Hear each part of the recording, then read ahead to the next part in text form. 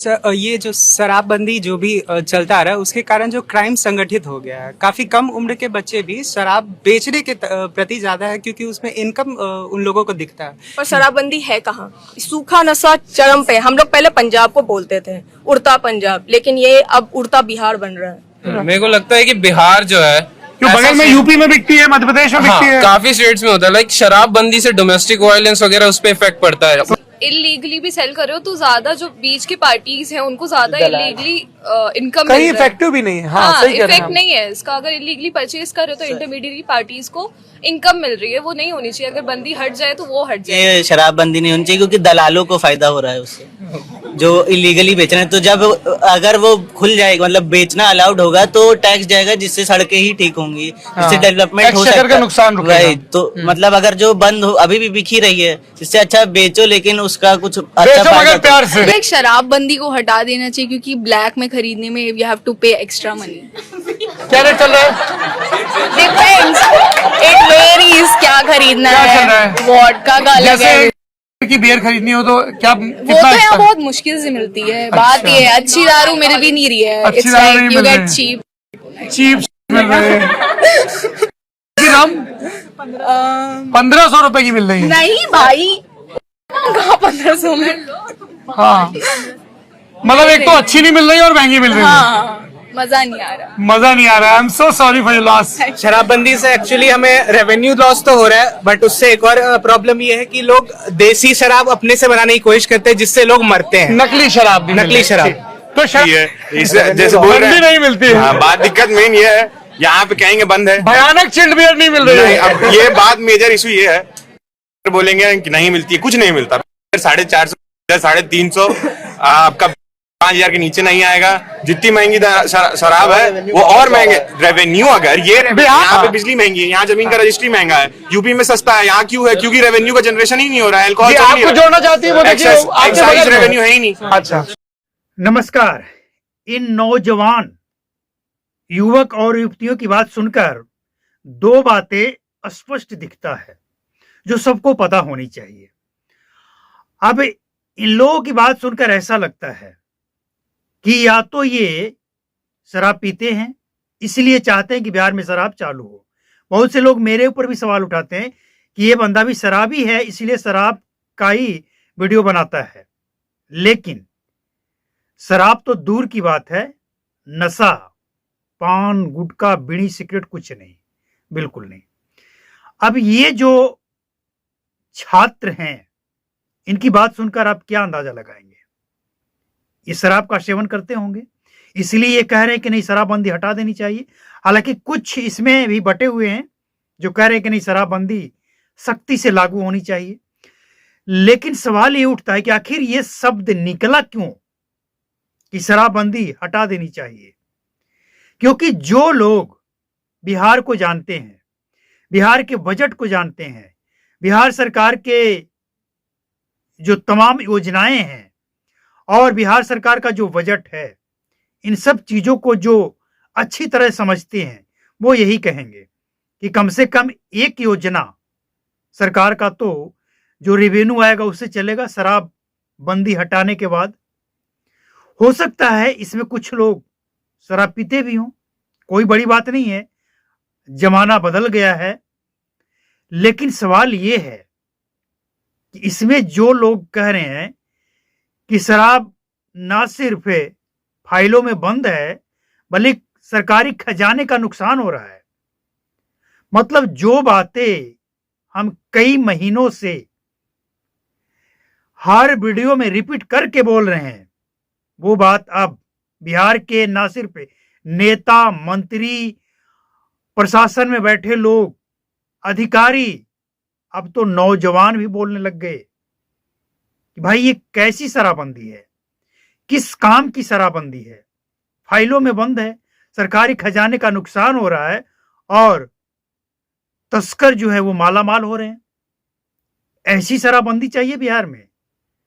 लेकिन इसका मतलब ये नहीं कि अगर शराबबंदी फेल है तो इसका मतलब ये नहीं कि शराबबंदी हटा देनी चाहिए। कुछ लोगों का सुझाव ये है कि शराबबंदी हटनी चाहिए, लेकिन एक सख्त कंडीशन के साथ कि जो पी कर हंगामा करेगा उसको जेल होगा और जमानत बहुत मुश्किल।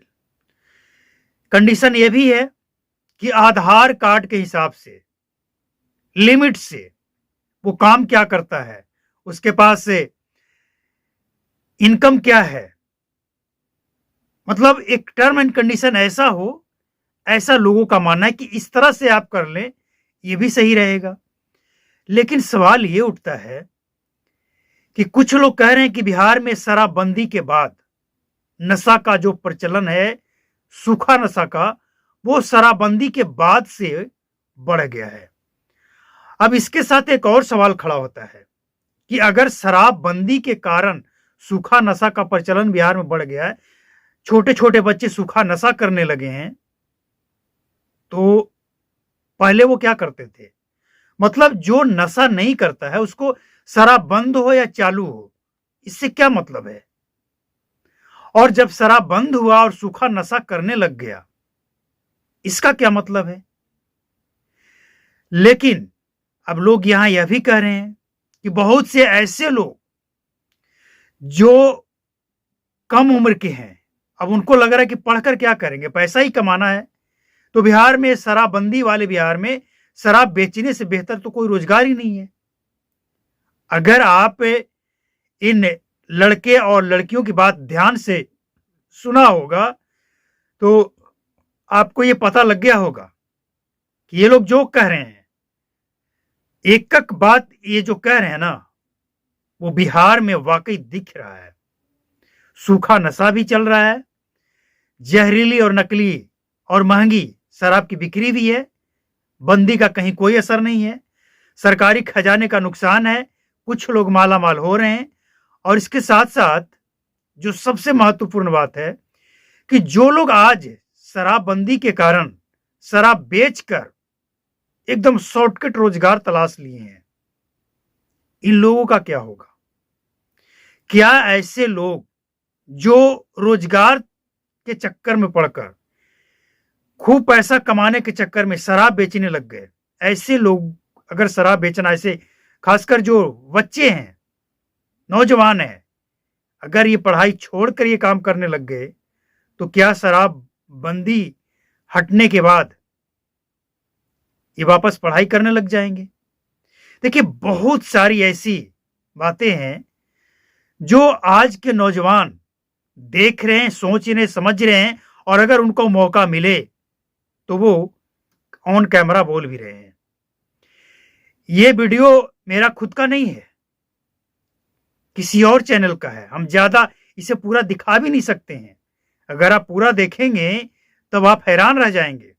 हम पूरा नहीं दिखा सकते, कॉपीराइट का डर है। लेकिन जो कुछ भी हमने देखा और जो आपको दिखाया, इस बात को समझने के लिए, और एक क्लू होता है ना, एक क्लू ही काफी है। मतलब बिहार आज जा कहां रहा है? जब से बिहार में शराबबंदी हुई है, तब से साल दर साल अगर स्थिति बेहतर हो तो समझ में आता कि शराबबंदी का पॉजिटिव असर बिहार के ऊपर पड़ रहा है। लेकिन अगर साल दर साल उसका जो असर है वो नेगेटिव हो रहा है, तो क्या बिहार सरकार को समीक्षा नहीं करनी चाहिए? सम्राट चौधरी शराब माफिया पे एक्शन की बात कर रहे हैं। शराब माफिया पे एक्शन कर लीजिए, किसी के ऊपर एक्शन कर लीजिए, लेकिन जब तक आपके प्रशासन विभाग में बैठे रहेंगे वो पुलिस वाले जो कमीशन खो रहे हैं, तब तक कुछ नहीं हो सकता है। और इस बात का इससे बेहतर एग्जाम्पल क्या होगा कि बिहार में 10 साल के बाद भी हर साल शराबबंदी का डिमांड और शराब खपने की जो लिमिट है वो बढ़ता जा रहा है। इससे बेहतर एग्जाम्पल क्या हो सकता है? लेकिन अब इसका मतलब क्या? ये सब तो ठीक है, लेकिन इसका मतलब क्या? बिहार में शराब चालू कर देना चाहिए? बिल्कुल नहीं। लेकिन जो स्थिति है बिहार की, इसके ऊपर विचार जरूर करना चाहिए।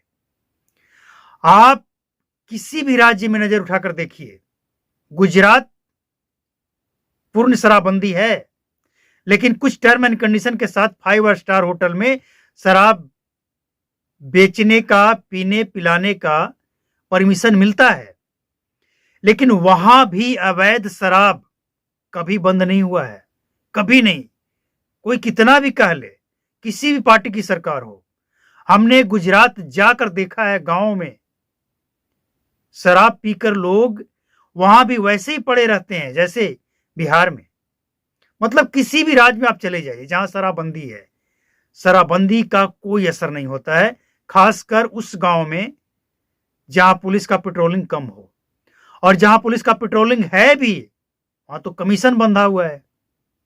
तो ये हालात हैं। और अगर नौजवान भी अब कहने लग गए हैं इस बात को, तो समझिए मामला गंभीर है, विचार करने की जरूरत है। लेकिन विचार ऐसा हो कि बिहार की जनता का भला हो, ना कि माफिया का भला हो, और ना ही सिर्फ सरकार का भला हो। भला जनता का हो, ऐसा कोई बीच का रास्ता निकलना चाहिए। अब यह भी सवाल उठेगा कि भाई बीच का रास्ता क्या हो सकता है? वही टर्म एंड कंडीशन, इसके अलावा कोई रास्ता नहीं दिख रहा है फिलहाल।